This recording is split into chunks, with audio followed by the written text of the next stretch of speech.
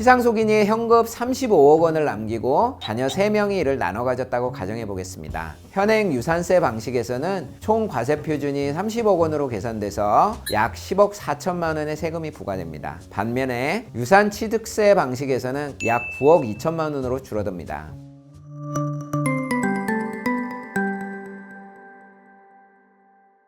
안녕하세요. 함께하면 마음이 편안해지는 변호사 최경섭 변호사입니다. 오늘은 최근 논의되고 있는 상속세 개편안, 특히 유산취득세로의 전환에 대해 말씀드리겠습니다. 상속세법이 개정된다면 상속세가 책정되는 방식에 큰 영향을 미치겠죠? 이번 영상에서는 현행 상속세 체계와 유산취득세의 차이, 개편안의 주요 내용에 대해 구체적으로 살펴보겠습니다.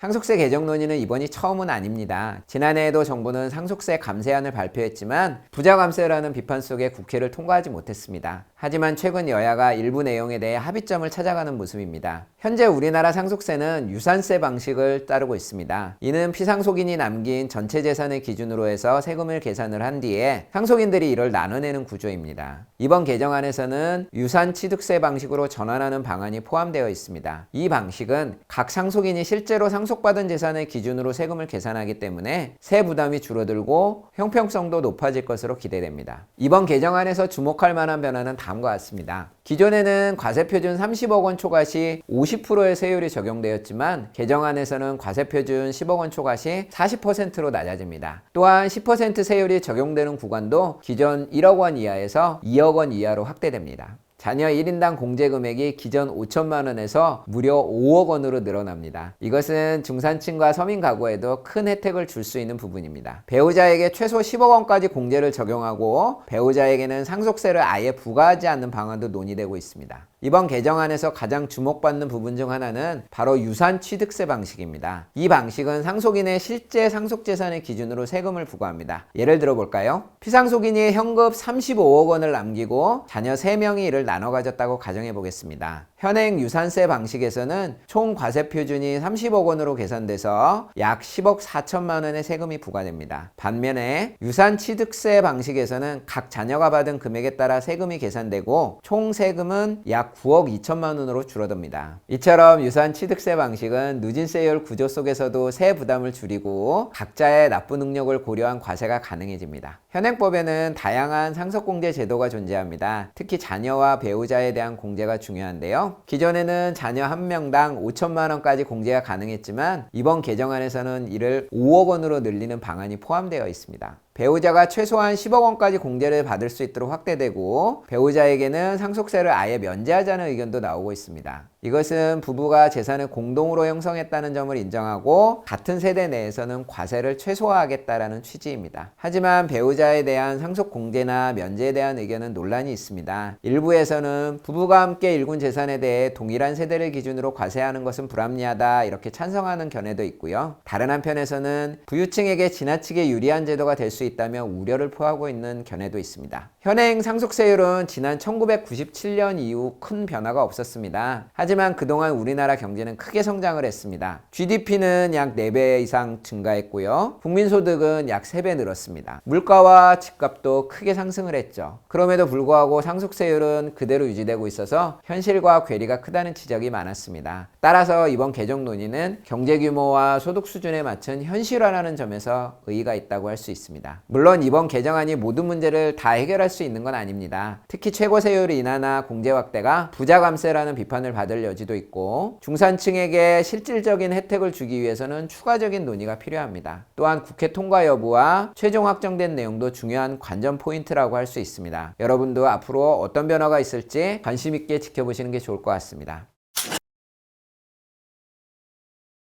오늘은 이렇게 최근 논의되고 있는 상속세 개정안에 대해 살펴봤습니다. 자세한 사항이나 궁금한 점은 댓글이나 전화로 문의 주시면 친절하게 상담 도와드리겠습니다. 시청해 주셔서 감사합니다.